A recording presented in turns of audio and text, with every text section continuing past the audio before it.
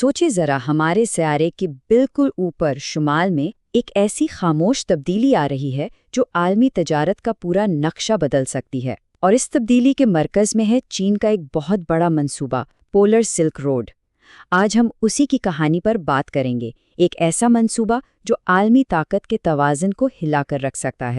कभी सोचा है कि अगर आलमी तजारत का वो नक्शा जिसे हम सब जानते हैं, मतलब स्वेज कैनाल, पैनामा कैनाल, ये सब कुछ अगर अभी इसी वक्त हमारी आंखों के सामने दोबारा बनाया जा रहा हो, तो ये कोई ख्याली कहानी नहीं है।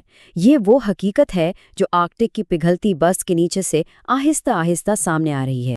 और देखें, इस पूरी कहानी का जो असल मरकज़ है ना, वो यही नया रास्ता है। ये कोई छोटी मोटी तब्दीली नहीं है, ये एक इनकलाब है। सोचें ज़रा, सफ़र में तकरीबन 20 दिन की कमी। इसका मतलब है ईंधन की ज़बरदस्त बचत, वक्त की बचत।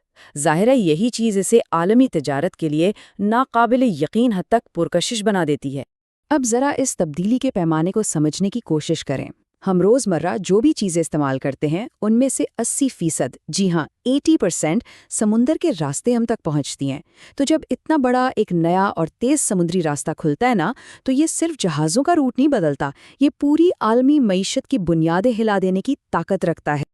और सितम ज़रीफ़ी देखें कि ये नया मौका दरअसल मौसमियाती बहरान की वजह से पैदा हो रहा है। जैसे जैसे आर्कटिक की बर्फ पिघल रही है, एक ऐसा रास्ता खुल रहा है जिसे पहले बिल्कुल नामुमकिन समझा जाता था। और इसी नए मैदान में चीन बड़े बड़े अज़ाइम के साथ दाखिल हुआ है। बीजिंग के लिए ये सिर्फ एक नया शिपिंग रूट नहीं है, नहीं, ये अपने आलमी असरो रसूख को बढ़ाने और खेल के उसूलों को अपने हक में बदलने का एक गेटवे है। आर्कटिक में चीन की दिलचस्पी कोई नई बात नहीं है। जैसा कि ये टाइमलाइन दिखा रही है, ये एक बहुत लंबी सोची समझी हिकमत अमली का हिस्सा है। चीन ने बहुत सब्र से पुराने मुआहदों पर दस्तखत करने से लेकर अपने आइस ब्रेकर जहाज़ बनाने तक का सफ़र तय किया है और अपनी आज की चालों के लिए बुनियाद रखी है। और यहीं पर चीन की हिकमत अमली की ज़हानत या कहें कि जसारत सामने आती है। वो इस्तिलाह है करीब आर्कटिक रियासत।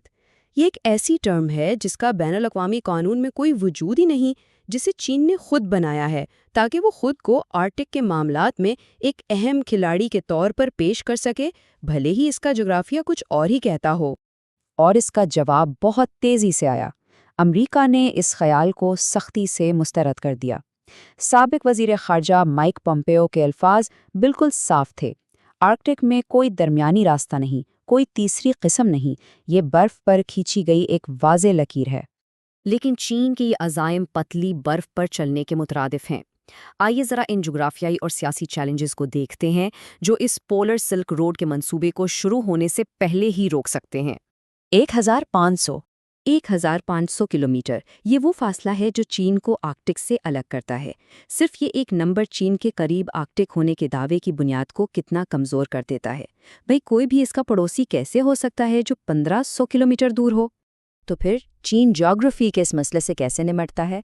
बहुत होशियार सिफारतकारी के ज़रिए। वो आर्कटिक कौंसिल जैसे फोरम्स पर ज़्यादा जोर नहीं देता जहां आर्कटिक ममालिक का गलबा है। इसके बजाय वो अपनी लड़ाई अक़वाम मुत्तहिदा जैसी आलमी तंजीमों में ले जाता है, जहां उसकी आवाज़ कहीं ज़्यादा वज़न रखती। इस पूरे मंसूबे की कामयाबी के लिए एक मुल्क की शराकतदारी सबसे अहम है, और वो मुल्क है रूस। लेकिन ये शराकतदारी जितनी ज़रूरी है उतनी ही पेचीदा भी है। और इन दो बड़ी ताकतों को क्या चीज़ इकट्ठा करती है? जवाब है बेपनाह दौलत।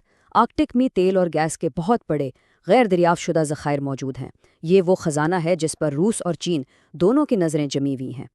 और ये शराकतदारी सिर्फ बातों तक महदूद नहीं, इसे कंक्रीट और स्टील से बनाया जा रहा है।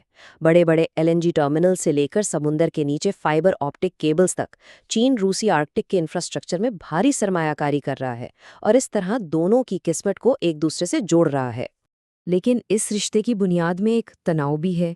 रूस चीनी असरो रसूख को लेकर काफ़ी मोहतात है और अपने आर्कटिक इलाके पर मुकम्मल कंट्रोल रखना चाहता है। जासूसी के खदशात और बाहमी अदम एतमाद हर वक्त इस शराकतदारी पर साया किए रहते हैं। तो आखिर में सवाल यही पैदा होता है कि आर्कटिक के मुस्तकबिल पर कंट्रोल किसका होगा? کیا یہ عالمی تعاون کا ایک نیا مرکز بنے گا یا پھر بڑی طاقتوں کے درمیان مقابلے کا ایک نیا میدان؟ یہاں آرکٹک کے مستقبل کے لیے دو بالکل مختلف نظریات نظر آتے ہیں۔ ایک طرف چین ہے جو اقتصادی رسائی اور عالمی تجارت کے نئے راستے بنانے پر زور دے رہا ہے، دوسری طرف امریکہ ہے جو چین کے دعووں کو مسترد کر کے خطے میں اپنی فوجی اور سفارتی موجودگی بڑھا رہا ہے۔ اس کے جواب میں امریکہ صرف بیانات نہیں دے رہا ہے، وہ ایک جامع جوابی حکمت عملی پر عمل کر رہا ہے۔ اپنے آئس بریکر بیڑے کو اپ گریڈ کرنا، اپنے اتحادیوں کو سرمایہ کاری کے متبادل دینا اور گرین لینڈ جیسی اسٹریٹجک جگہوں پر اپنی سفارتی موجودگی کو مضبوط کرنا۔ اور یہی اس سب کا اصل نقطہ ہے۔ آرکٹک کے پگھلتی برف صرف ایک ماحولیاتی کہانی نہیں ہے، یہ ایک ایسا زلزلہ ہے جو عالمی طاقت کا نقشہ دوبارہ بنا رہا ہے، جہاں معیشت، سیاست اور فوجی مفادات دنیا کے اس سب سے شمالی حصے میں ٹکرا رہے ہیں۔ تو ہمارے سامنے سوال یہ ہے، کیا پگھلتا ہوا آرکٹک قوموں کو جوڑنے والا ایک نیا راستہ بنے گا یا پھر ایک نئی سرد جنگ کا نیا میدان؟ مستقبل ابھی لکھا نہیں گیا، لیکن اسے کس شکل دینے کی جنگ شروع ہو چکی ہے۔